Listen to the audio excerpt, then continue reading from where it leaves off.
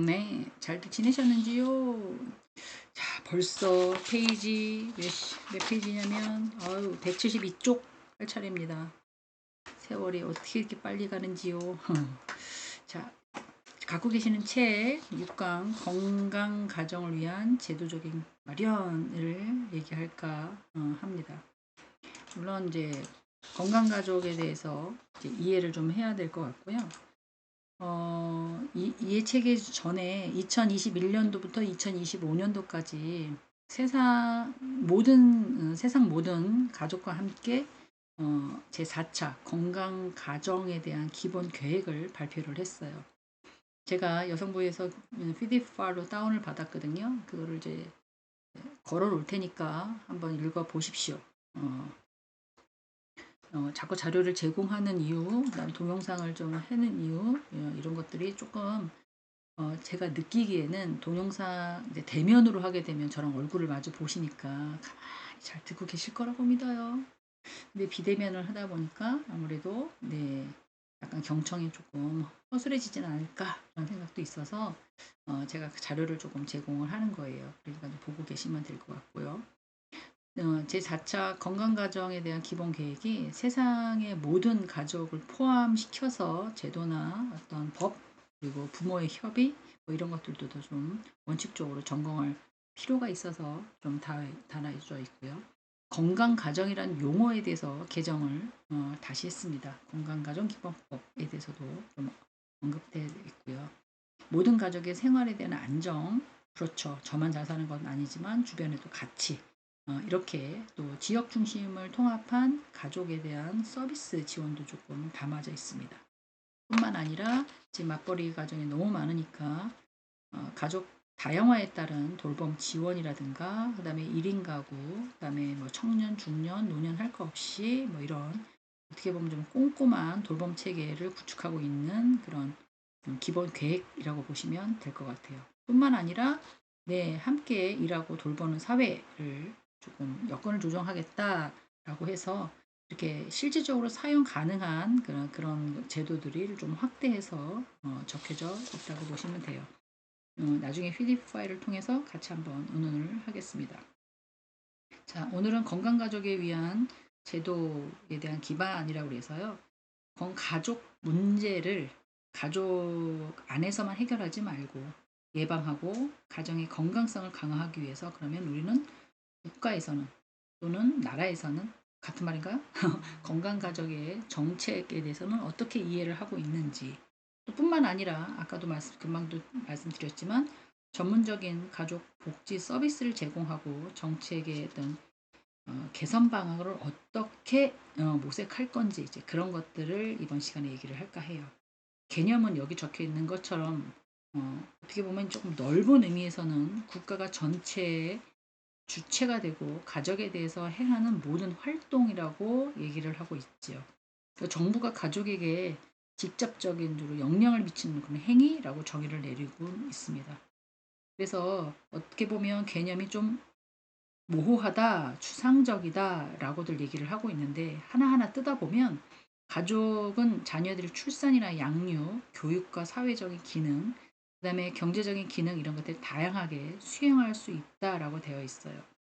가족 정책은 국가의 가족 기능에 대체하거나 보완하기 위해서는 정책을 수립하는 것도 있지만 가족 정책은 노동 시장의 불안정성을 다양하게 가족의 형태로서 조금 얘기를 할 수도 있는 거고요. 또 하나는 지금 제일 심각한 게 저출산 문제잖아요. 고령화 사회 등으로 가족의 새로운 환경으로 약간 변화가고 있어요. 근데 이거는 개개인의 문제가 아니라 국가 전체적인 문제다. 그래서 국가가 반드시 개입해서 결과를 내야 된다. 이런 개념으로 지금 가족 정책 개념을 보시면 될 것 같아요. 그래서 이 장에서는 책을 보시면 172쪽의 중간에 캐머만과 칸이라는 사람이 1978년도에 가족 정책의 개념에 국가의 가족 정책을 의미한다라고 얘기했어요. 벌써 78년도에. 벌써 이 사람들은 그래서 어떻게 보면 지금 국한된 말이 아니라 옛날부터 이런 말이 오고 갔다는 거죠. 사회 정책의 일환으로서의 가족 정책이란 그럼 뭐냐? 사회 정책의 한 분야라고도 생각을 하고 있죠. 지금 결혼을 해서 출산을 하거나 아동을 양육하거나 아니면 그 양육함에 있어서 자녀에 대한 교육비라든가 다 부모가 되어야만 하느냐. 그리고 남녀 평등인데 사회적인 가치 실현을 목표해서 다양한 프로그램을 통해서 고용 정책을 가지고 있고요. 그리고 아동의 양육하는 가정들을 지원하는 그런 정책과 법률이 조금 돼야 되지 않겠느냐. 그래야지만 저출산율에서 좀 벗어나진 않겠나 이렇게 생각하고 있는 거죠. 그러면 여성 정책도 필요하고요. 아동 정책도 필요하고요. 노인, 청소년, 당당당당 모든 것들이 다 필요합니다. 이런 것들이 정책의 대상이 명확하지는 않아서 지금 논란이 되고 있는 거죠.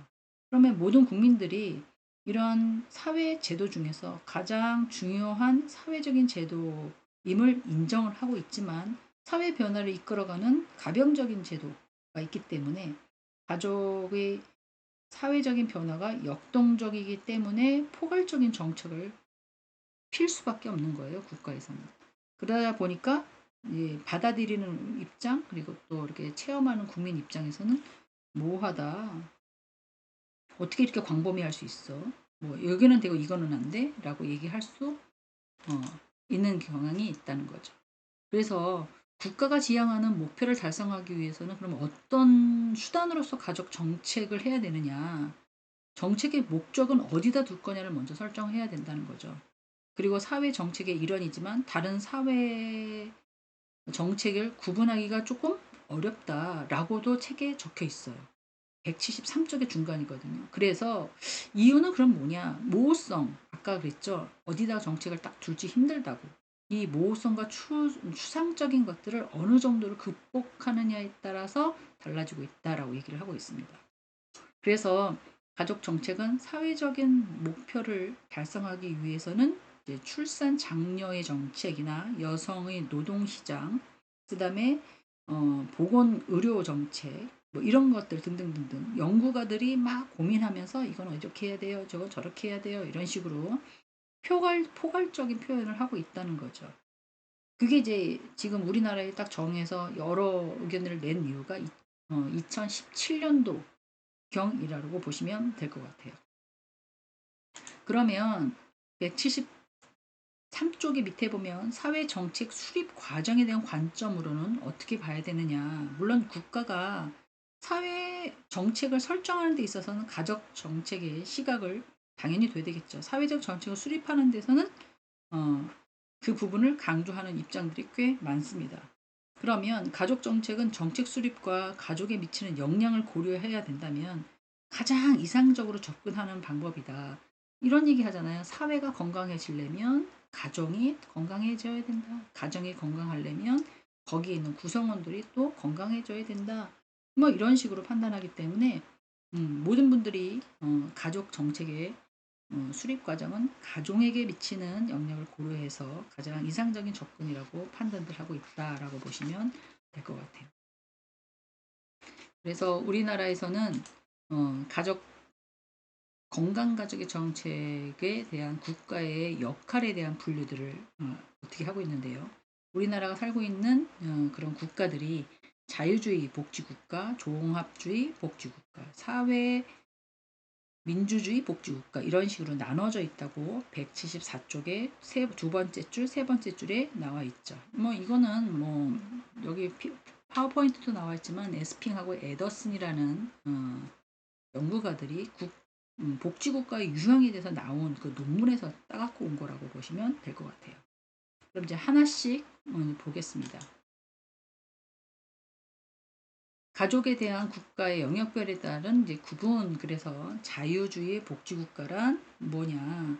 대부분 수급권을 자격을 확인하기 위해서는 소득 조사드릴 방법으로 활용하고 있다라고 얘기를 하고 있습니다. 엄격히 따져서는 수급 자격에 따른 영향이 좀 있다는 거죠. 예를 들면 급여나 저소득 측에 대한 제한이 있는 경우, 급여 같은 경우에는 급여의 대상은 저소득층에 대한 제한이 되는 경우가 많아요. 그래서 수급권자들이 된다는 어떤 낙인 효과가 되는 경우가 좀 많죠. 자유주의 복지국가에서는 국가가 가족의 역할에 대해서 대리하는 그런 기능이 약간 미약하다고들 얘기를 하고 있습니다. 탈화, 탈상품화라는 단어를 많이 사용하고 있는데요. 어떻게 보면 탈상품화가 정도가 가장 낮은 수준이라고 얘기를 하고 있어요. 자유주의 복지국가에서는 시장의 효율성과 노동력의 상품화가 중요하게 다루고 있기 때문에 개인의 시장 실패에 대해서는 계획의 일차적인 책임을 가족에게서 지어야 한다. 뭐 이런 형태를 얘기를 하고 있죠. 그러면 이제 조합주의 복지국가에 대해서도 얘기를 하고 있는데요. 음, 이 자유주의 복지국가에 비해 상대적으로 좀 노동력이 상품화를 중요하게 다루지 않지만 사회적 지위의 차이는 좀 있다. 그래서 이 차이를 유지하기 위해서는 사회복지가 좀 필요하다고 본다는 게 일반적인 견해입니다. 민간보험이라든가 기업복지 또 역할에 대해서 상대적으로 좀 덜한 편이라고 설명되어 있고요. 페이지 175쪽에 네 번째 줄 보면 기본적으로는 개인에 대한 복지를 가족에게 두기 때문에 전통적으로 가족의 기능이 중요하게 생각한다라고 되어 있습니다. 그래서 어떻게 보면 독신주의자가 증가를 하고요. 저출산 문제라든가 이혼율 이런 것들이 증가되는 편이기도 하고요. 사회를 유지하는데 약간 위협되는 그런 요소들이 조금 간주되고 있다라고 설명이 되어 있습니다. 때로는 개인들이 지원하는 등 사회복지는 개인의 가족의 일원으로 보지 않고 수급권자의 개인에게 있다고 보기 때문에 그래요.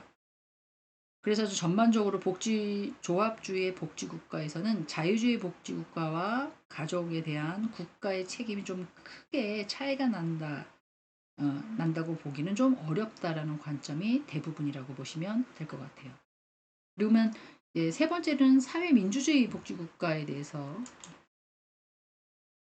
얘기를 나누고 있는데요. 어떻게 보면 다른 복지국가에는 차이가 소득의 불균형에 많이 버는 사람은 엄청 많이 벌고 못 버는 사람은 못 버는 이런 문제 해결에 대해서 어떻게 할 거냐.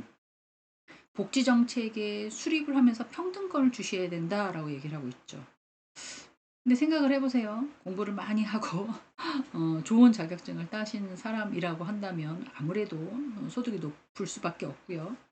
공부를 하지 않고 뭐 단순 노동을 원하시는 분들은 뭐 작잖아요. 근데 이런 사람들을 똑같은 평등권을 가겠다는 게 아니라 복지 정책을 수립해서 웬만하면 자기 역할에 맞게끔 뭔가를 주겠다. 이런 의미로 생각하시면 돼요. 그래서 사회복지의 기능이 복지 기능이 대체율이 좀 큰 편이고요.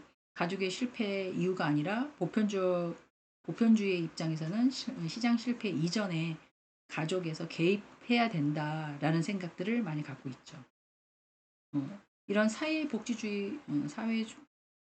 사회민주주의 복지국가를 이제 결과적으로 말씀을 드리면 가정 구성원의 이론이 개인의 가정에 의존하기보다는 개인의 어떤 독립 능력을 확대해야 되지 않겠는가, 즉 자기의 어떠한 능력을 조금 확장시켜야 되지 않겠는가라고들 얘기를 하고 있습니다.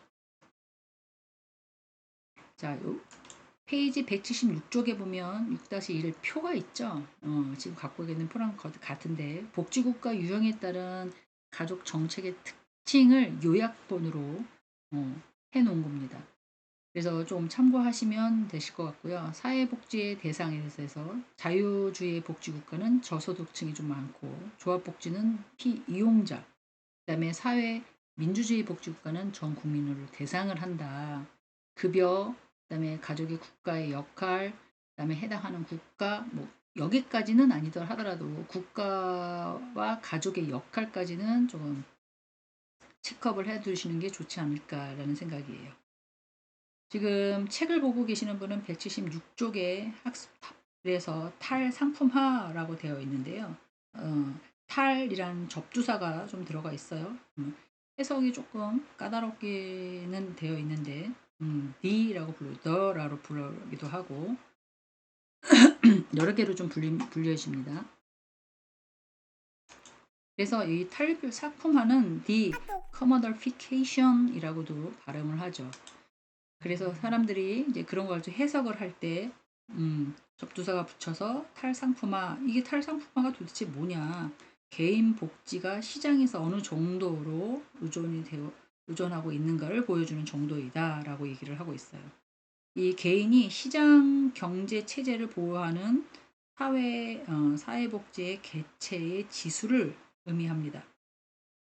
예를 들면 5가지 변수를 나눠주는데요. 노동자의 임금이 최저임금보다 얼마나 높냐 낮냐 이런 비율, 평균 임금보다 어떠냐, 급여를 받을 수 있는 조건이 어떠냐, 이런 식으로 전체 프로그램의 재원에서 수급자가 지불하는 비율은 몇 퍼센트냐, 그리고 실제 수급을 받는 사람들의 비율은 몇 퍼센트냐, 뭐 이런 것들을 말하고 얘기를 하고 있죠.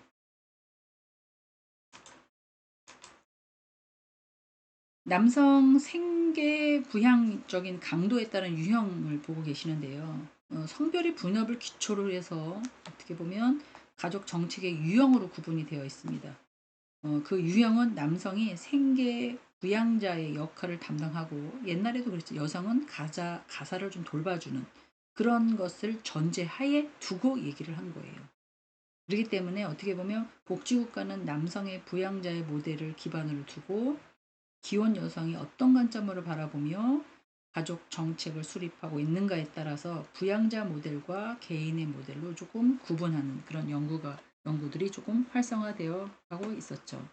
그래서 177쪽에 보면 두 유형별로 좀 나눴습니다. 남성 생계부양적인 모델과 그 다음에 성역할 분양, 또 개인적인 모델, 이렇게 나눠져 있는데요.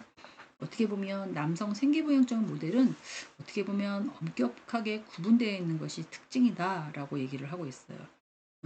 이유는 가정 내에서 분업화가 딱딱딱딱 되어 있기 때문에 그렇죠. 예를 들면 여성들은 돌봄, 노동을 책임지고 있고요. 남성은 가족의 임금을 책임지고 있기 때문에 고용정책에서는 남성이 우선순위가 될 수밖에 없었죠. 똑같은 조건이라 하더라도 똑같은 대학을 나오고 똑같은 자격 조건이라면 남자를 먼저 뽑는, 여자들은 가서 결혼하면 아기를 낳고 하면 분명히 그만둘 거야 라는 이런 인식이 있었죠. 그래서 남성을 우선적으로 조금 취업도 먼저 시키고 승진도 먼저 시키는 그런 형태가 있었죠. 우리나라도 그렇습니다. 복지수급권은 남성의 임금에 대해서 보상을 주는 거기 때문에 여성의 고용 시장에 대해서 진입의 동기를 좀 낮게 했죠. 여자가 무슨 집에서 아이나 이런 시대였잖아요. 자녀의 양육을 책임지고 가족이 있으면 사회에 돌보는 수준을 좀 떨어졌던 그런 형태였었죠. 그리고 나서는 이제 성 역할로 분리형이 되면서 어떻게 보면 남자 생계 부양적인 모델과는 별로 차이가 없게끔 그렇게 변화됩니다. 임금 노동이나 양육 노동이 가치나 노동의 평가가 되면서 복지 수급권을 기초하는 점에서 조금 다르긴 했지만 그런 식으로 변화되고 있죠.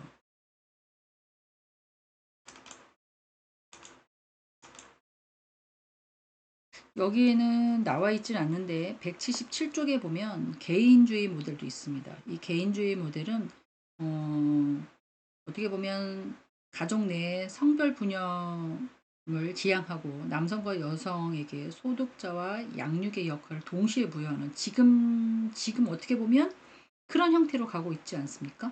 네. 그래서 복지 급여가 수급의 여성 역할에 따른 차이가 없는 걸로 되어 있고, 시민권으로도 시민 수급권도 좀 가지게 돼 있고요. 고용이나 임금 정책도 양상평등의 목적을 좀 갖고 있기 때문에 남성과 여성의 분리 과세를 한다는 측면에서 다른 모델과 조금 차이가 있다고 보시면 돼요. 177쪽의 밑에 보면 탈가족화라고 되어 있죠. 아까 이제 탈상품화 디커머디피케이션을 얘기했으면, the familyization, 패밀리아에다가 제이션을 붙여서 명사가 돼 버렸습니다. 탈가족화, 그거는 개념을 보면 돌봄 노동을 배제하고 있는 비판에 따라 제기되었다.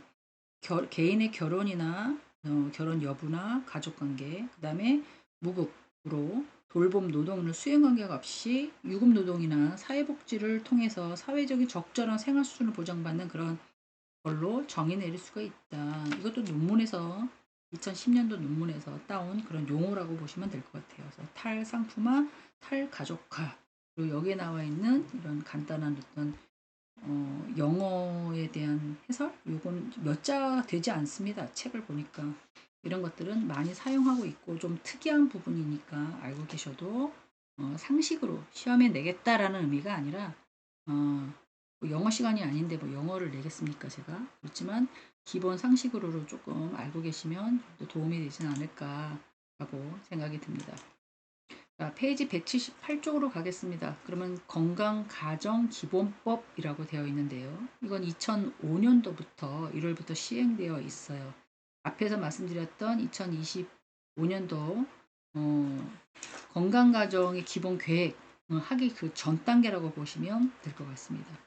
총칙에는 건강가정의 정책이라든가 건강가정의 사업이라든가 건강한 가정의 전담 조직 뭐 그런 것들이 되게 나열되어 있고요. 건강가정의 기본법에 의해 갖고 있는 기본적인 어떤 목표라고 해야 되나? 그런 것들은 가정생활과 가정을 유지하고 그렇게 돼야지만 국가의 발전이나 국민의 권리 동시에 다 의무를 줄 수 있다. 이런 것들이 약간 배경이 되어 있는 거라고 보시면 될 것 같아요. 그래서 총칙 내용을 하나씩 다 법에 대해서 지금 공부하는 게 아니기 때문에 뭐 다 말씀을 드릴 수 없지만 국가나 지방자치단체에서 조금씩 변화는 있겠지만 대부분의 다른 법률과의 관계에 대해서 우리는 건강가족론은 이렇다, 건강가정기본법은 이렇다라고 적혀 있고요. 거기는 가족의 가치에 대해서도 얘기를 하고 있고요. 또 가족을 만들려면 결혼해야 되잖아요. 혼인, 출산 이런 거에 대한 중요성도 들어가 있습니다. 뿐만 아니라 가족이 해체됐을 때 예방하는 방법, 그리고 이 예방에 대한 노력의 필요성, 왜 필요하냐, 개인이 이혼했는데 왜 국가가 개입해, 이런 단어는 들어가 있지 않죠.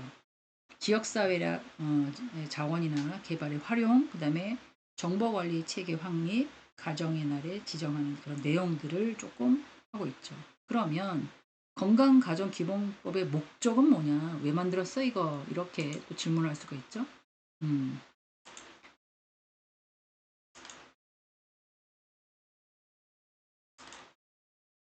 네. PPT에는 왜 목적이 안 나왔을까요? 가족을 유지하고 대부분 제가 아까 서두에서 말씀드렸지만 가정이 편안해야 사회 구성원이 편안하고 사회 구성원이 편안해야 국가가 더 편안하다고 그랬잖아요. 가족을 유지하고 발전시키고 국민의 권리나 의무가 있어야지만 국민의 어떤 책임이 그런 게 명백하다. 그렇게 얘기를 하고 있습니다. 그리고 가족의 복지의 증진은 국민의 어떤 권리뿐만 아니라 의무이기도 하죠. 그리고 국가나 지방자치대에서 각각의 책임이 조금씩 명시되어 있는 것뿐만 아니라 서로가 다른 욕구들을 갖고 있잖아요. 그런 것들을 잘 가질 수 있도록 할 뿐만 아니라 가족 구성원들의 개인의 욕구와 서로 충돌할 때 가정의 유지를 우선해야 한다는 그 취지를 볼 수 있다고 얘기를 하고 있죠. 이거는 2005년도 여성가족부가 발표한 걸 토대로 지금 얘기를 하고 있는 거예요. 여기 나와 있습니다. 그다음에 정의라고 얘기하기 좀 그런데요. 앞에 뭐 자료를 보셔도 되긴 하겠지만 여기 나와 있는 것처럼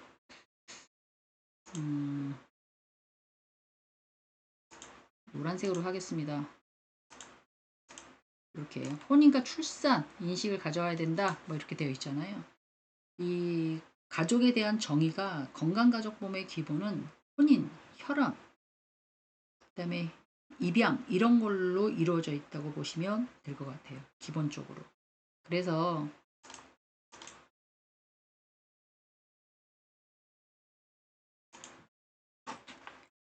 혼인 네. 혼인과 연결되어 있는 것들을 좀 보겠습니다. 국가의 노력, 혼인과 출산에 대해서 가정을 해체하는 예방에서 당연히 국가는 뭘 하고 있느냐. 네. 이 건강가족법 구조에 보면 가정 구성원들이 모두는 가족 해체를 예방하기 위해서 노력해야 된다. 이렇게 해 놓고 그러면 혼인과 출산, 가족 해체에서 어떤 식으로 하고 있느냐, 개인의 책임권을 무시하고 있다고 좀 비판을 하고 있죠.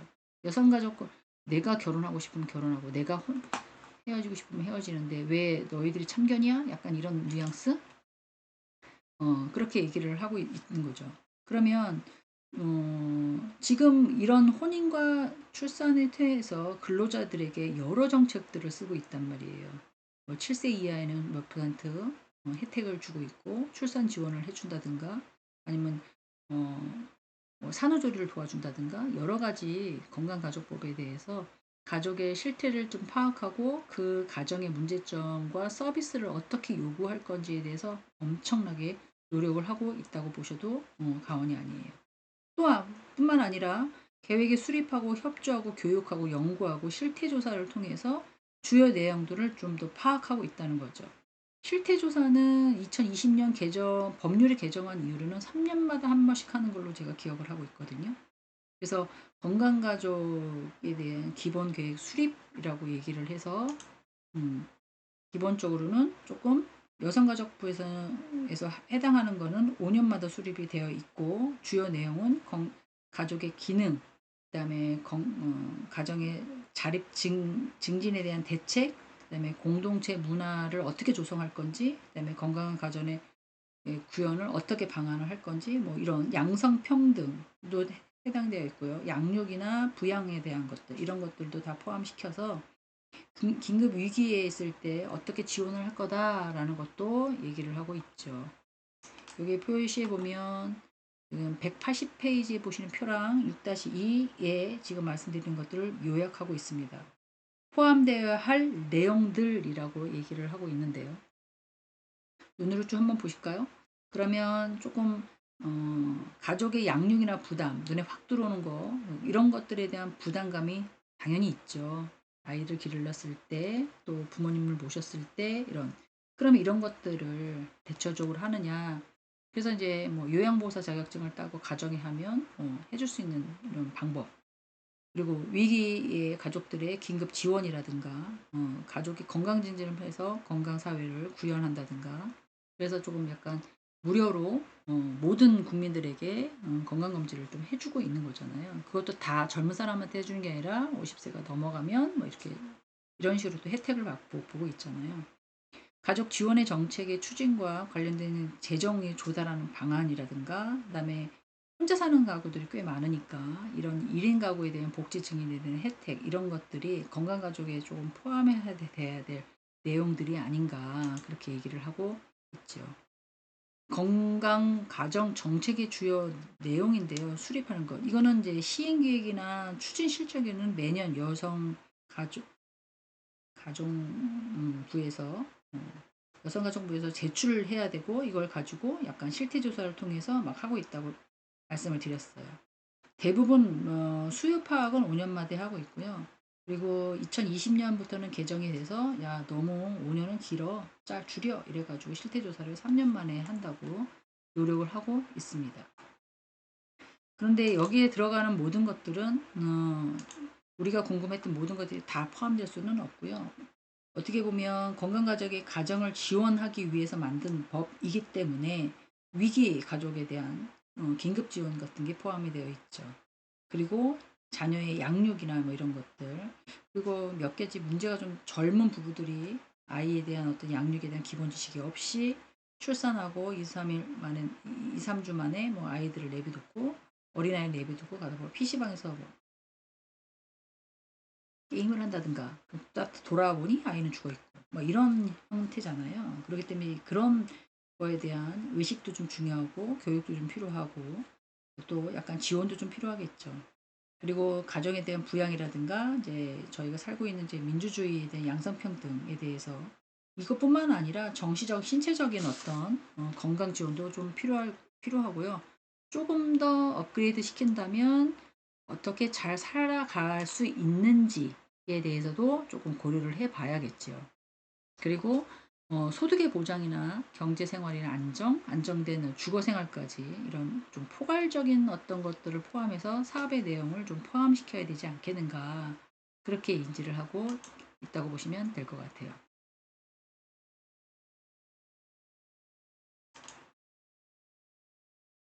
특히 이 건강가정에서 제 31조를 보면 페이지 182쪽입니다.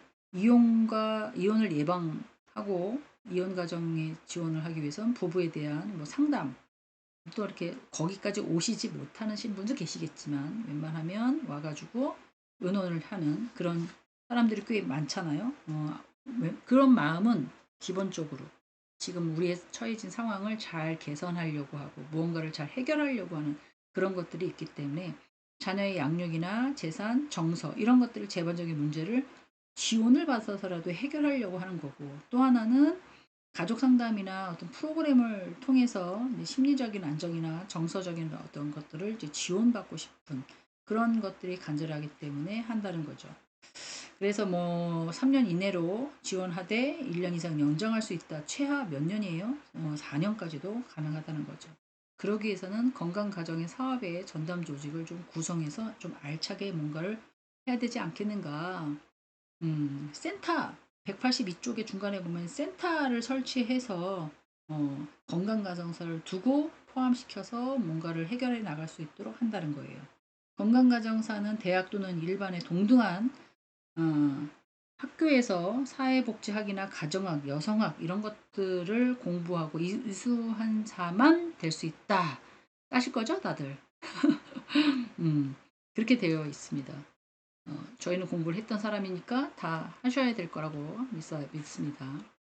그래서 한국건강가정진흥원에서는 이런 가정 상담이나 가족 교육 사업, 가족 친화 사업 이런 것들, 또 아이들한테 좀 국한되어 있는 거니까 가족 돌보미, 자녀 양육 뭐 이런 것들을 포함해서 사회 통합 자원에 대해서 대외적으로 교류를 하고 가정 정책 및 사업에 위한 조사나 연구 이런 것들을 계속해서 수행하고 있다라고 얘기를 하고 있습니다. 계속 지금 막 학문적인 얘기만 쭉 하고 있는데요. 공부를 다 하시고 이런 자격증이 없다 하더라도 한 70 정도 되시는데 되게 건강하셨던 분이셨던 것 같아요. 그래서 이제 동네 주민에서 이제 성당을 다니시는데 성당에서 그 맞벌이 부부를 만났어요. 그런데 이제 그 자녀들을 이렇게 약간 초등학생인데 케어해 줄 만한 분이 안 계시는 거예요. 물론 선생님들도 오시고 학원도 가고 막 이러는데 중간에 좀 이렇게 약간 저녁도 먹여주고 아이들을 학교에서 학원을 데려다 주고 막 이렇게 할 만한 분이 안 계셔서 그런 뭐 아르바이트 같은 걸 하시는 분 있으시더라고요. 아침부터 3시까지는 자유로우세요. 그리고 나서 3시부터 이제 학교에 가서 아이들을 데리고 와서 그 아이를 이제 씻기고 먹여서 뭐 한 초등학교 5학년, 6학년 뭐 이 정도 되시니까 할머니가 계셨는데 이제 할머니가 아프시다 보니까 이제 도우미를 쓴다고 하시더라고요. 근데 책도 좀 같이 읽고요. 숙제도 같이 해주고요. 학원도 데려다 주고요. 그리고 아이가 필요한 준비물도 같이 사주시고요.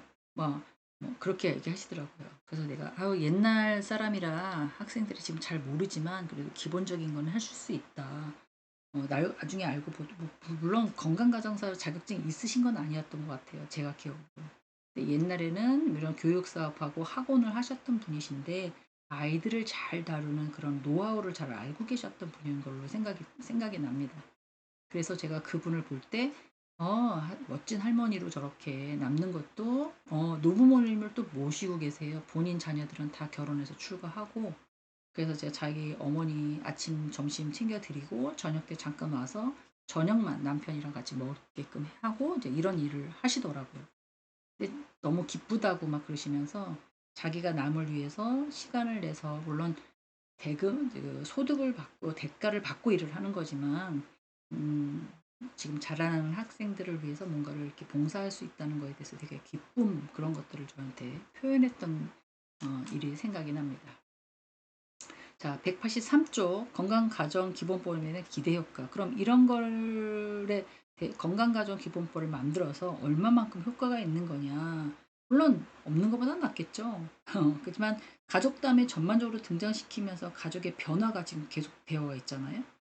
국가의 역할에 논의하기 위해서 시작되는 어떤 중요한 점도 없잖아 있고요. 그리고 어떻게 보면 혈연이나 또 혼인, 입양 이런 것들에 대한 구성원 가정들이 되게 다양하고 좀 그리고 좀 폭넓게 생각하고 있어야 되기 때문에 어떻게 보면 법안이 건강가정의 육성과 혼인과 출산에 대한 중요성을 좀 강조하지는 않겠는가 그렇게 얘기를 하고 있습니다. 그리고 가족의 의례나 확립 또는 이혼을 통해서 가족이 해체 되는 경우가 곧잘 있잖아요. 그렇기 때문에 이런 것들이 법안을 좀 특성화시켜서 가정의 이상적인 건강한 가정으로 조금 설정하기 위해 좋은 제도가 됐으면 좋겠다. 또 하나는 건강하지 않은 가정들이 있지요.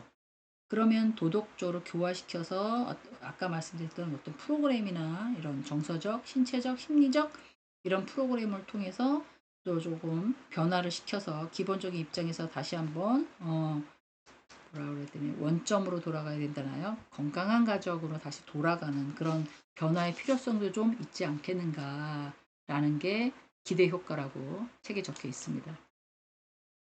국가 복지 또 중요하지만 거기에 포함되어 있는 가족 복지에도 약간 국가가 개입하기를 원하고 있는데요. 가족의 정책이 가정의 문제에서 너희들끼리 알아서 해 라는 것보다는 조금 더 국가가 개입해서 가족 정책을 이루어야 된다라고 한 연구가들도 있었습니다. 그래서 건강가정기본법을 조금 개정을 해가지고 국가가 국가나 지방자치단체에서 조금 개입을 해서 건강한 가정을 유지하고 발전시키는데 노력을 해야 되지 않겠는가. 그러면 지금 포함이 되어 있느냐? 그렇게 하려고 노력을 하고 있죠.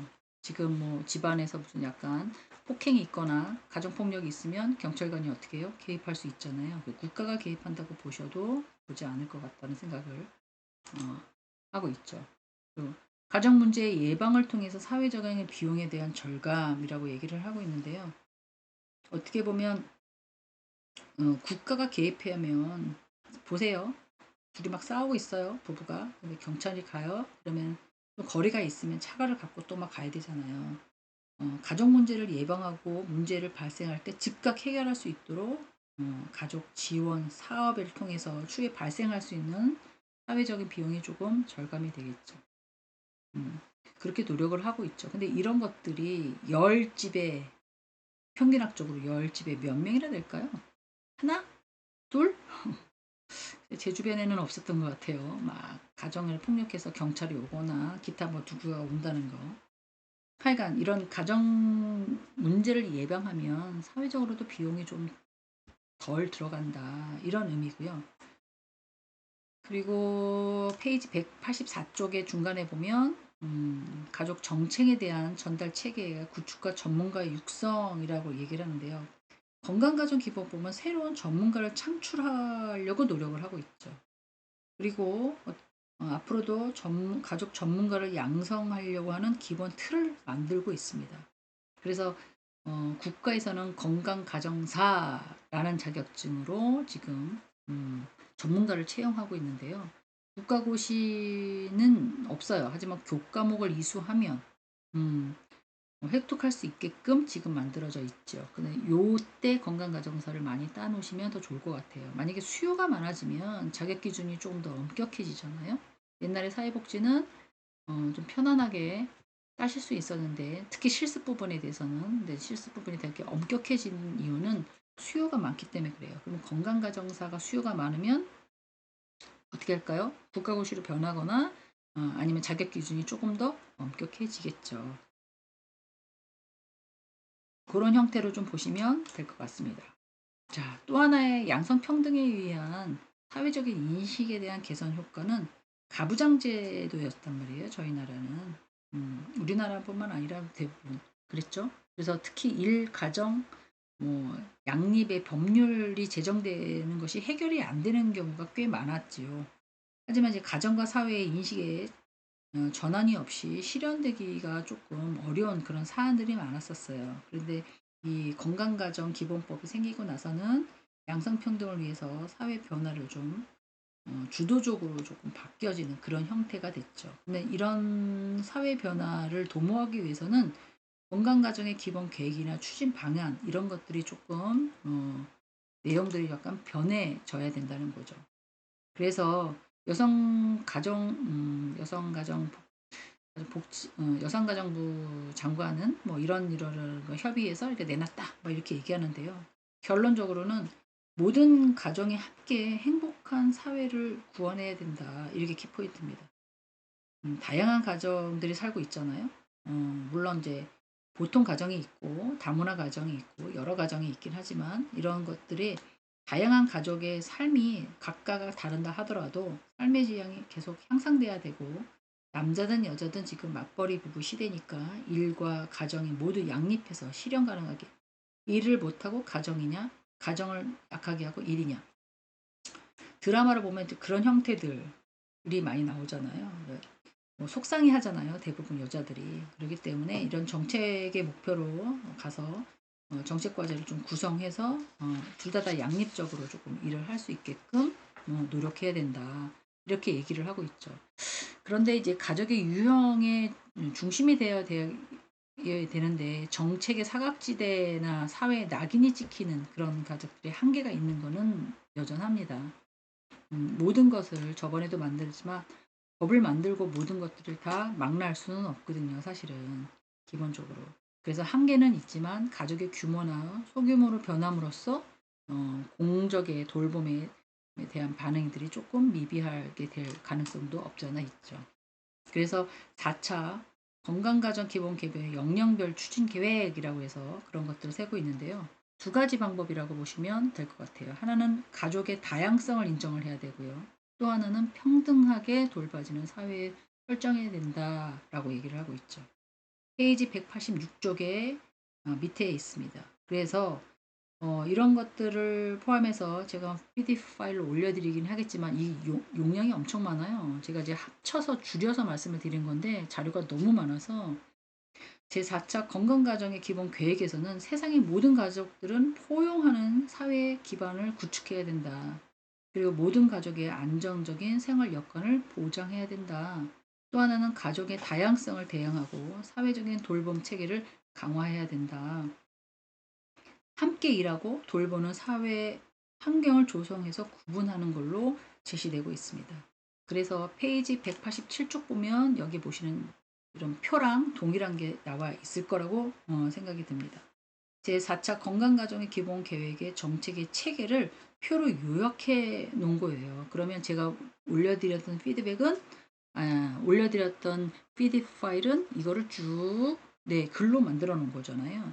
2025년도에 모든 가족들이 다 존중받는 그런 사회가 됐으면 되겠다. 다양성과 돌봄 사회가 됐으면 좋겠고 세상의 모든 가족들이 다 포용하는 그렇게 사회 기반적인 구축을 하고 다양한 가족들이 있고 다양한 가족들 안에서 평등한 가족 그리고 가정폭력이 없고 인권을 보호해 줄 수 있는 그런 영역별 과제를 두고 있고요. 모든 가족들이 안정적으로 가족의 변화에 따라 경제적으로 기반을 가질 수 있으면서 편안하게 살아갈 수 있는 또 지역 중심에 따라서 가족 서비스가 약간 체계적으로 바뀌어 가야 되는 가족의 다양성을 인정하면서 좀 꼼꼼히 돌아보는 누구는 아동을 위해서 누구는 폭력을 위해서 누구는 뭐 낙인의 효과를 없애기 위해서 뭐 여러 가지가 있겠죠.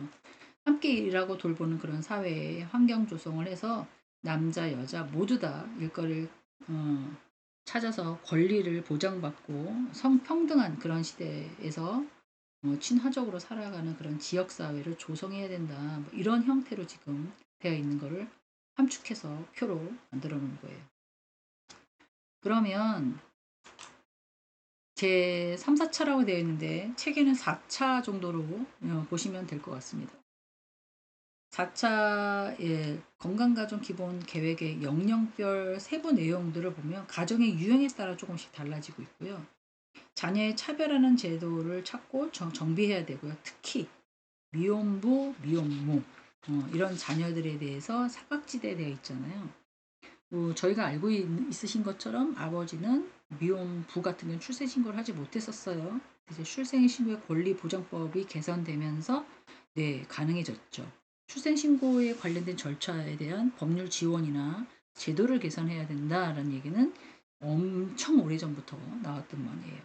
그래서 가족의 다양성을 수용할 수 있도록 사회적인 어떤 감수성을 높이기 위해서 공무원의 대상으로 교육을 엄청나게 많이 시키고 있고, 대중매체나 뭐 간행물, SNS 등등등등 편견이나 뭐 이런 것들 모니터링을 실시하면서 홍보를 좀 강화하고 있죠.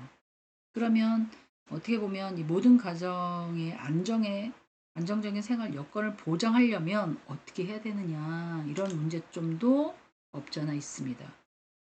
정책적인 기반이 강화돼야 될 뿐만 아니라 복지급여로 활성화시켜야 되고, 그리고 나서는 뭐 아동수당이라든가 아동 양육기관을 조금 확대해가지고 모든 분들이 거기를 아빠라고 하면 거기다 맡겨놓고 일을 해야 되잖아요. 그런 것들을 이제 방안 검토를 해요. 특히 노인 가구나 한부모 가족 이런 가족들은 어떻게 됩니까? 대부분의 기초생활보장 제도를 받고 있죠. 그리고 뭐 영세 막 태어나서 한 살 아이들을 어디서 두고 뭔가를 할 수가 없잖아요. 뭐 영아 수당이라든가 부모 수당을 도입을 해서 자연스럽게 한부모 가정에서 양육비를 지원받을 수 있도록, 또 조금 더 사각지대는 결혼 이민자들 이런 사람들을 통해서 약간 자립 여건이 될 수 있도록 좀 확보시켜주는, 뿐만 아니라 지역사회는 통합 서비스를 통해서 가족 서비스를 좀 구축해야 될 뿐만 아니라 다문화 지원센터 뭐 이런 걸 통해서 조금 가족 서비스 지원할 수 있도록 그런 것들 구축해서 만들어야 되지 않겠는가, 그런 얘기를 하고 있죠.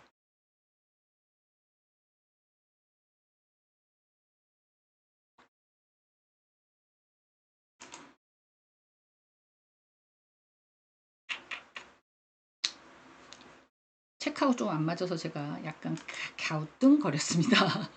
보시는 책은 189쪽이고요. 다양한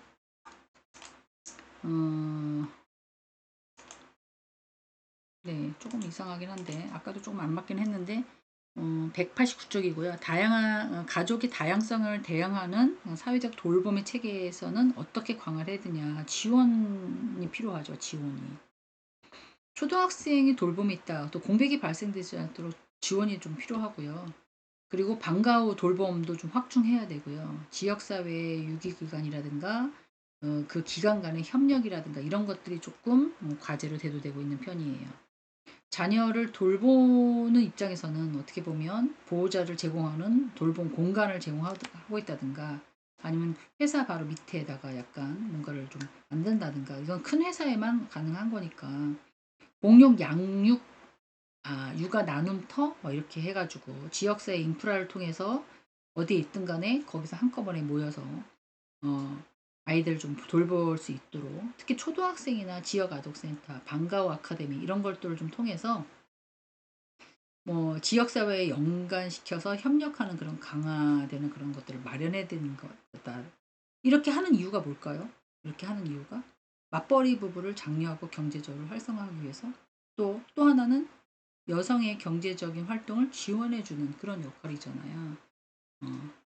대부분 그런 삶을 사셨을 거라고 믿어요. 젊었을 때 일을 하시면서 아이도 돌보시면서 가정일도 돌보시면서 남편도 서포트 하시면서, 남자인 경우 말고 여자인 경우에는 그런 경우를 꼭 꽤 많이 하셨을 거라는 거죠. 근데 지금은 조금 더 많이 달라졌죠. 1인 가구가 생기면서 어떻게 보면 안전한 생활 여건을 마련하기 위해서 범죄 예방 체제를 확충하고, 또 위기 상황을 발생이 된다면 즉각 대응할 수 있는 그런 시스템도 좀 있어야 되죠. 버튼을 누른다든지, 병원에서는 그런 게 있잖아요. 화장실에 가거나 이런 버튼을 누를 수 있는데 집집마다 버튼을 누를 수 있나요? 경찰관이 올 수 있도록. 그래서 중간중간에 CCTV를 달거나 막 이렇게 하는 경우도 없잖아 있죠. 어떻게 보면 모든 가족의 안정적인 생활 여건을 보장하기 위해서 엄청나게 노력을 하고 있는 힘이 좀 들어갑니다.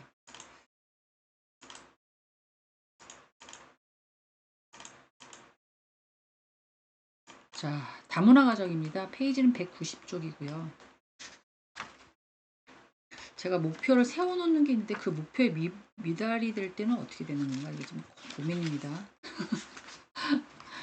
항상 녹음을 할 때는 어느 정도까지는 말씀을 드려야지라고 했는데 항상 거기에 좀 미달되는 부분이 없지 않아 있어요. 자, 다문화 가족에 지원하는 방법. 대부분의 뭐 주요 내용은 일단 다문화 가족에 대한 정의가 뭐냐.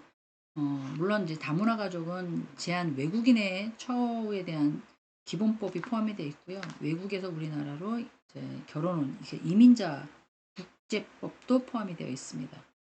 그것뿐만 아니라 제한 외국인에 대한 처우의 기본법, 그래서 결혼 이민자에 대한 대한민국의 국적과 혼인한 적이 있거나 혼인 관계에 있는 제한 외국인 그런 사람들을 말을 하죠.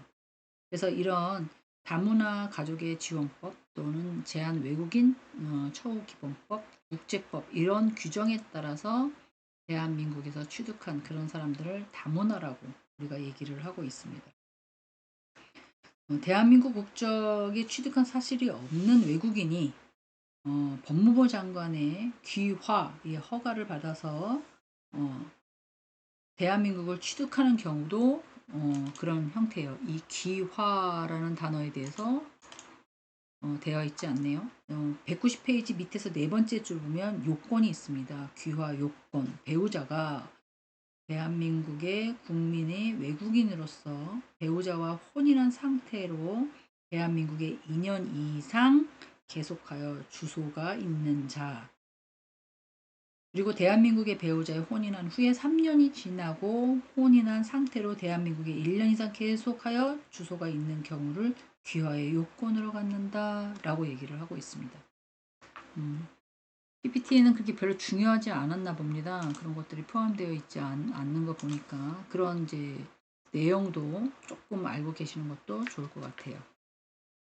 다문화 가정의 정책위원회에 대한 설치 기본법인데요. 어떻게 보면 경제나 사회나 문화적으로 각각의 사회 구성원으로서 역할이나 책임을 좀 가질 수가 있죠.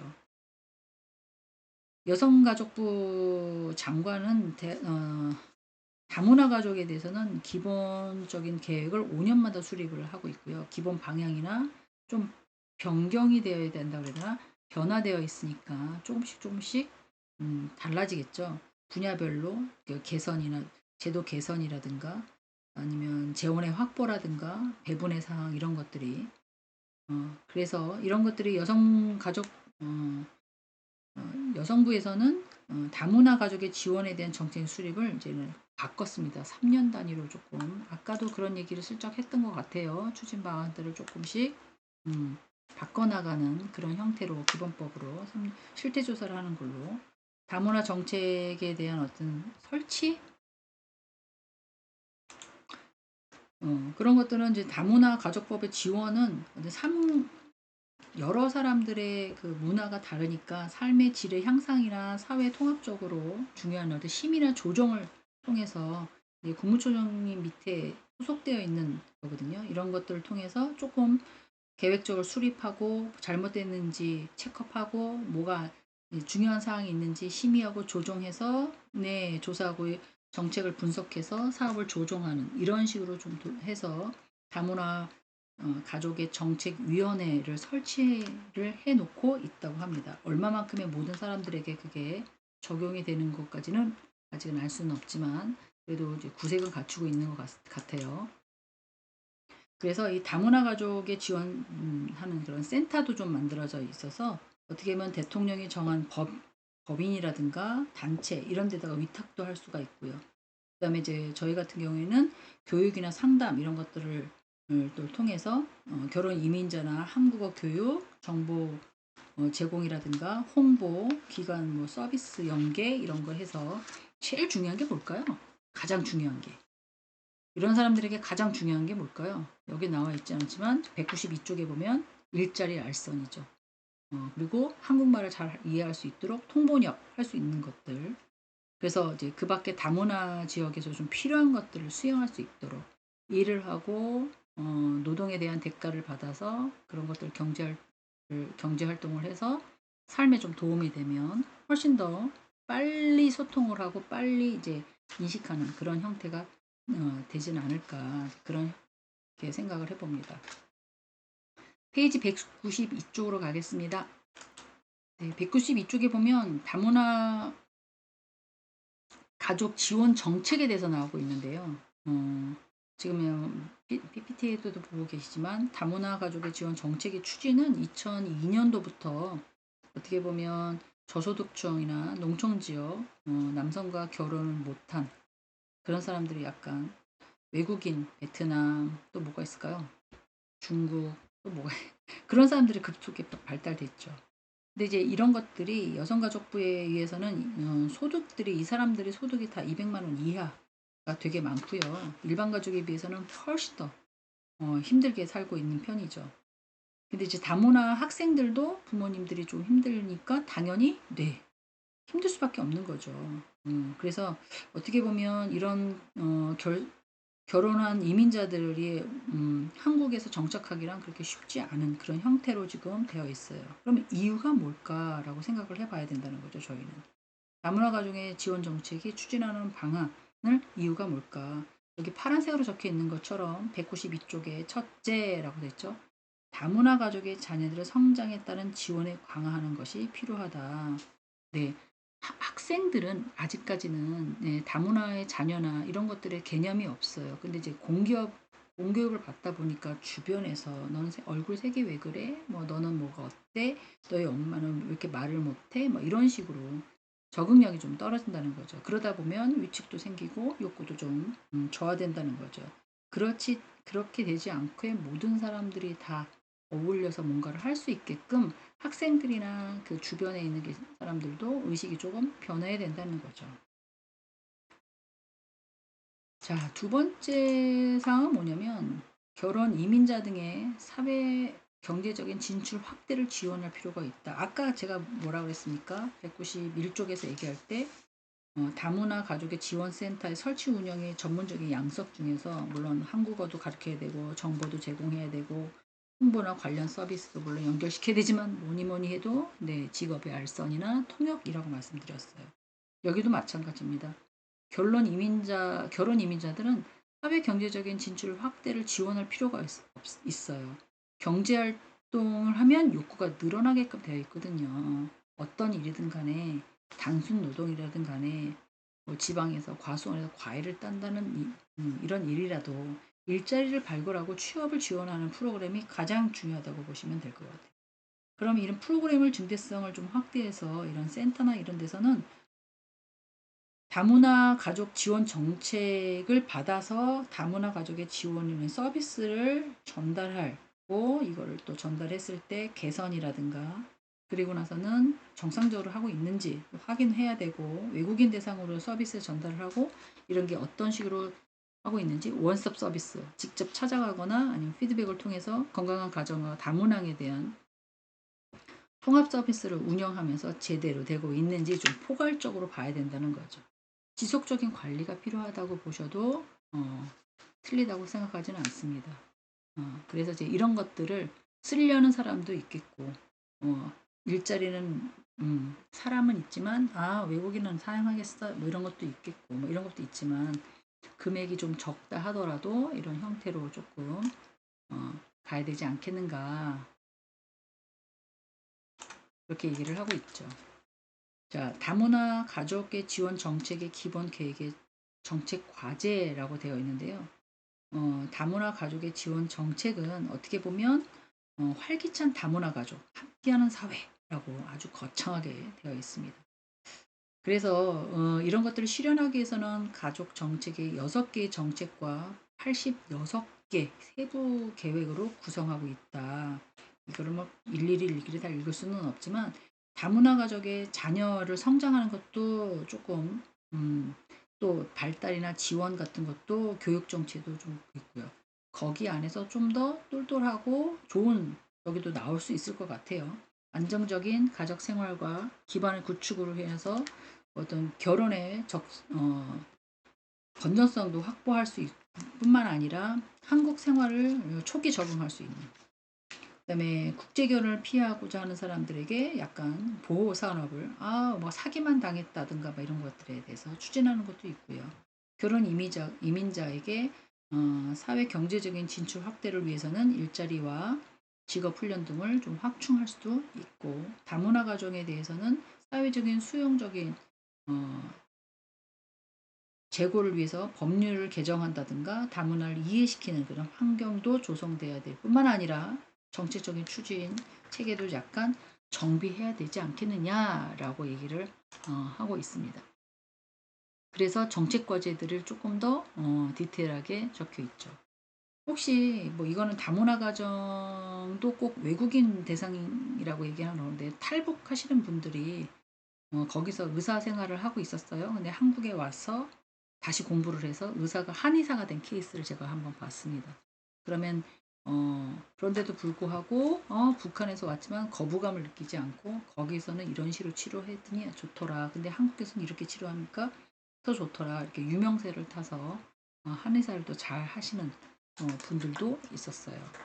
그러니까 인간은 다 어떻게 교육을 받느냐에 따라서도 다르잖아요. 물론 비록 이런 사람 다문화 가정 사람들이 일반의 가족의 평균 소득보다는 훨씬 더, 평균으로 봤을 때 32%에 미치지 못해. 평균이 뭐 이렇게 약간 나타나면 훨씬 더 저소득을 받을 수밖에 없죠.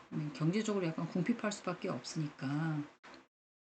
이런 사람들의 기본 계약안을 좀 바꿔서 세부 계획을 통해서 조금 더 나은 삶을 살아갈 수 있도록 정착해 줘야 되지 않겠는가, 이제 그런 의견들이 있는 거죠.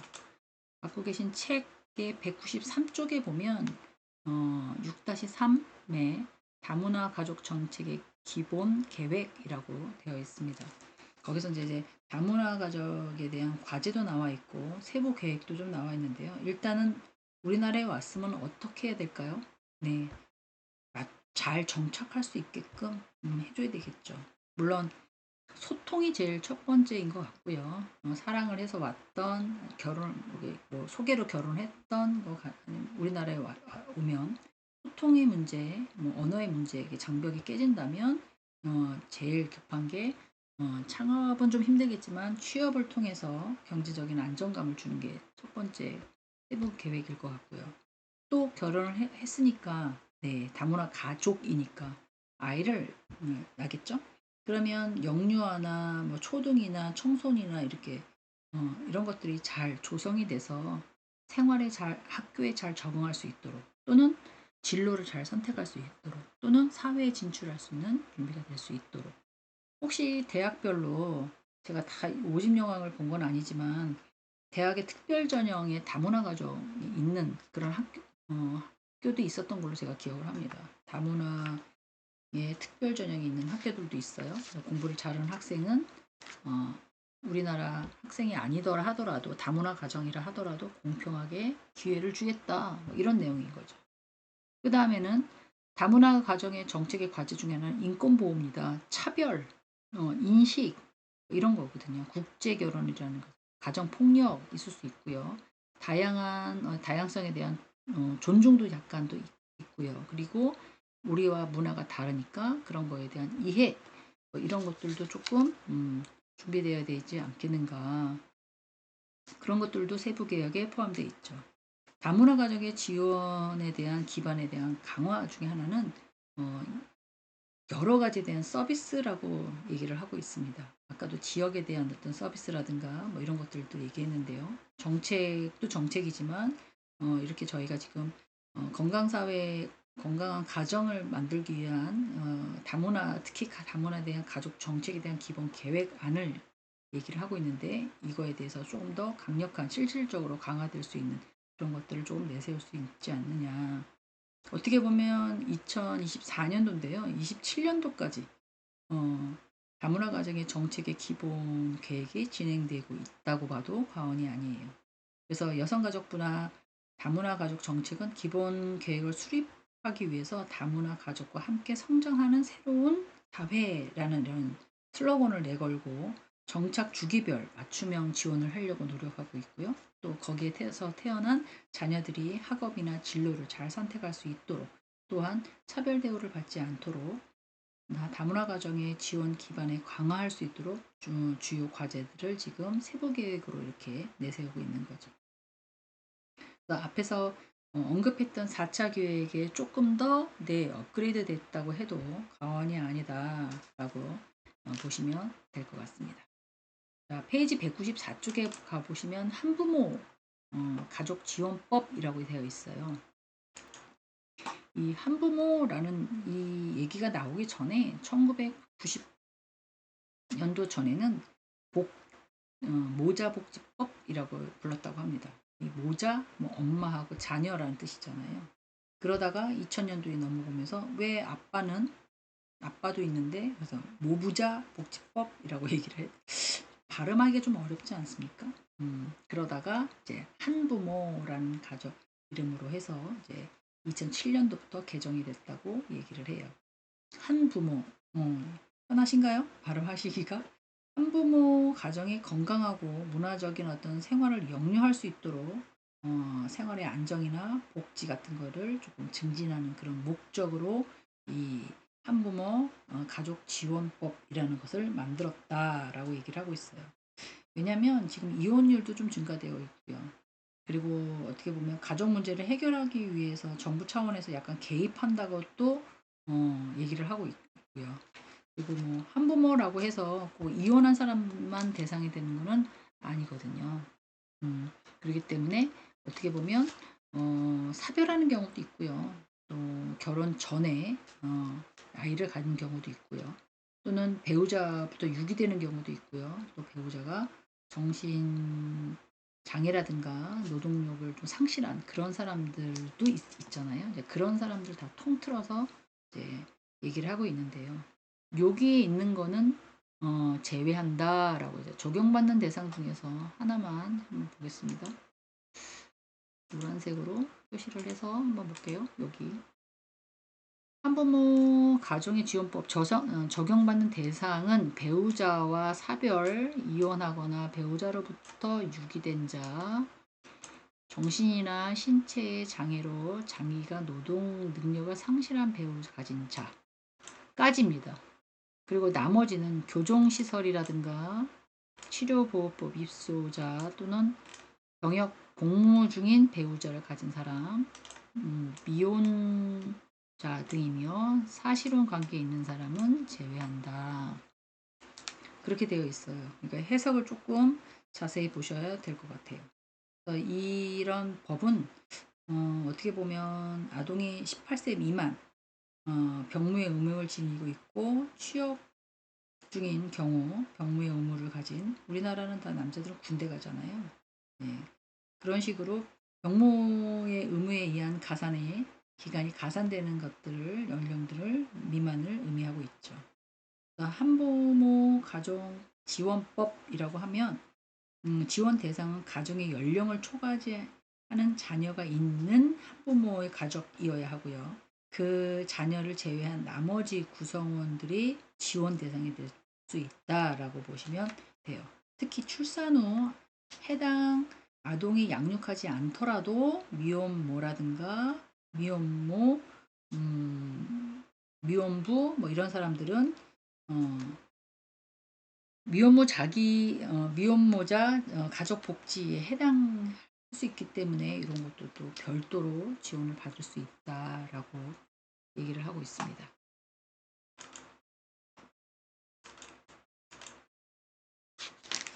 복지급여 신청에 대한 급여 대상이라고 되어 있는데요. 이 한부모 가족 지원법엔 당사자 또는 친척이나 이해관계자들이 지방자치단체에서 지방의 각 자치단체, 의정부면 의정부 시청 뭐 이렇게 되는 거죠. 대전이면 대전시청, 그리고 하여간 뭐 이런 거를 지방자치단체라고 하는데 복지급여를 신청할 수 있습니다. 힘들어요. 생계비를 지원할 수 있고요. 아동 교육비를 지원할 수 있고요. 아동 양육비도 지원할 수 있습니다. 그리고 해당은 안 되지만 뭐 아이가 아프거나 뭐 이러면 대통령이 정한 그 비용이 해당이 된다라고 하면 또 지원을 받을 수가 있지요. 미혼모나 미혼부가 만약에 복지급여 신청 대상자라고 한다면 5세 이하의 아동을 양육하거나 청소년 한부모가 아동을 양육하는 경우에는 추가적인 복지급여를 제공받을 수 있다라고 얘기를 하고 있어요. 자, 복지를 보면서 제가 무슨 생각을 했냐면, 아직 뭐 다 끝나지는 않았지만, 그래도 우리나라 사람들이 열심히 일을 해서 세금을 정상적으로 내야지만 모든 사람들이 공평하게 세금을 내는 사람들은 사회에 로또 소득을 받아서 다시 내가 번 만큼 세금을 내는 거잖아요. 그걸 받아서 뭐 이런 뭐 여러 가지에 대한 지원 서비스를 해드리니까 세금을 내지 않고 막 버팅기거나 장기 체납자로 납지 않고 웬만하면 사회에 환원할 수 있는 그런 사람이 돼야 되겠다. 뭐 이런 생각을 조금 해보았습니다. 자, 복지자금에 대한 대여라고 해서 국가나 지방자치단체는 한부모의 어떤 생활 안정권을 위해서 사업에 필요한 자금, 뭐 교육비라든가 의료비라든가 뭐 각 있을 데가 없잖아요. 그러니까 뭐 주택자금이라든가 뭐 전세자금 뭐 이런 것들을 조금 지원해 주고 있죠.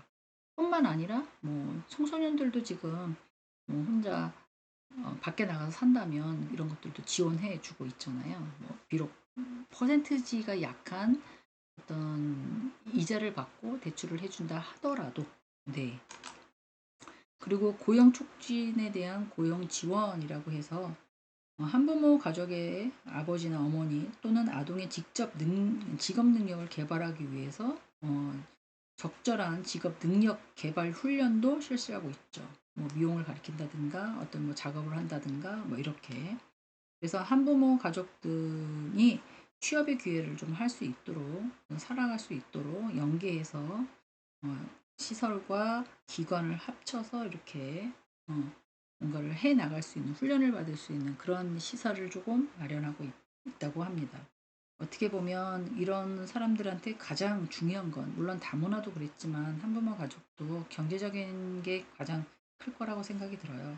그래서 이제 아동을 좀 편리하게 약간 편리하다래더라 그좀 편안하게 시설에다 맡기고 그 밖에 공공시설을 좀 사용할 수 있으면서 어떤 교육이나 직업 교육을 통해서 내가 돈을 벌어서 아이랑 예, 생활할 수 있는 그런 이제 정책들을 고용 촉진, 고용 지원이라고 되어 있잖아요. 이렇게 것들을 하는 것이 이 사람들한테는 훨씬 더 도움이 되고 편안한 안정감을 좀 갖지 않을까 그렇게 생각이 듭니다.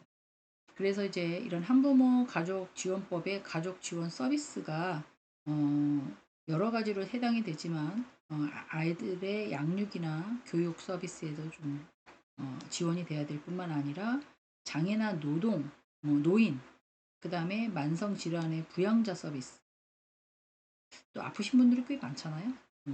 그런 거라든가 이제 취사, 청소, 세탁, 뭐 기타 서비스 뭐 이런 것들. 또 하나는 공부는 하고 싶은데 공부를 어떻게 할지 모르는 그런 학생들에 대한 교육 상담, 가족 관계 증진 서비스, 인지 청구 및 자녀 양육비 청구, 그다음에 법률 상담까지 무슨 소송 대리인이 있을지 모르겠지만 뭐 이런 식으로 해서 지원을 해주는 가족 지원 서비스가 있다. 근데 이런 것들이 제도가 있지만 모든 것에 다 모든 사람이 다 해당이 돼요 라고는 얘기하기에는 조금 문제가 없지 않아 있는 거로 생각이 됩니다. 197쪽에 보면 핵심 용어가 나오고 있습니다. 핵심 용어는 가족 정책, 가족 정책의 유형, 그다음에 건강가족기본법, 그다음에 다문화 가족지원법, 한부모 지원법이라고 되어 있는데 제가 파일도 올려드리겠지만 2021년에서 2025년까지 세상의 모든 가족과 함께 제4차 건강가족기획법 계획하자라는 취지하에 세상의 모든 가족을 다 포용하고 싶어하는 넓은 마음으로 그다음에 다양한 법과 제도를 마련했고요. 모든 가정의 안전한 생활을 장려하기 위해서 가족이 변화하는 것을 빨리빨리 대응하고 경제적인 기반을 약간 강화하기 위해서 이런 것들을 좀 확대했고요. 또 하나는 가족의 다양화에 대한 돌봄 지원을 통해서 지역 기반이랑 같이 맞게 청소년, 중년 다르다고 말씀드렸잖아요. 그리고 좀 안전하고 촘촘한 그런 돌봄 체계를 가져야 되지 않겠는가. 그래서 그런 것들을 조금 돌봄 지원을 확대했습니다. 제가 한 것 같네요. 건강가정 기본 체계에 보면 그런 게 되어 있더라고요. 함께 일하고 돌보는 그런 사회, 남녀 이런 거 생각하지 말고 중소기업이라 하더라도 육아휴직을 줄 수 있도록 지원해라. 뭐 이렇게 정부가 딱 시키니까 네, 뭐 이렇게 시키는 거죠. 그리고 기업의 특성별에 따라서 가족의 친화의 인증, 어, 사전 사후 컨설팅을 강화해서 이런 것도 프로그램을 조성했으면 좋겠다. 그리고 이 아이들을 돌봄을 친화적으로 사회적 환경을 좀 조성하는 그런 것도 조금 돌봄 정책도 가졌으면 좋겠다. 뭐 이렇게 얘기를 하고 있습니다. 네, 그런 것들을 중심으로 파일을 좀 올려놓을 테니까 한번 읽어보시고요. 이런 게 있구나라고만 넘기지 마시고 전문가가 되실 분들이니까 한번 보시면 좋을 것 같아요.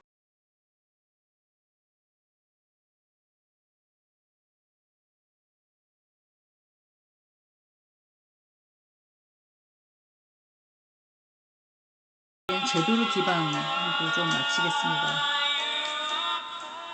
네, 긴 시간 동안 수강하시느라고 고생하셨어요. 다음 시간에는 조금 더, 네, 다음 시간에 놓치시면 안 되는 게 7강을 조금 하고 8주차 때 중간고사를 보시잖아요. 그래서 서머리를 좀 해야 될 것 같아요. 다음 시간에는 조금 더 볼륨을 크게, 네, 2번 서머리를 해드릴 겁니다. 앞에 부분에 한번 하고 중간에 얘기하고 뒤에 한번 할 거니까 신경 써서 들어주셨으면 감사하겠습니다. 긴 시간 동안 수고하셨어요. 다음 시간에 뵙겠습니다. 고생하셨습니다.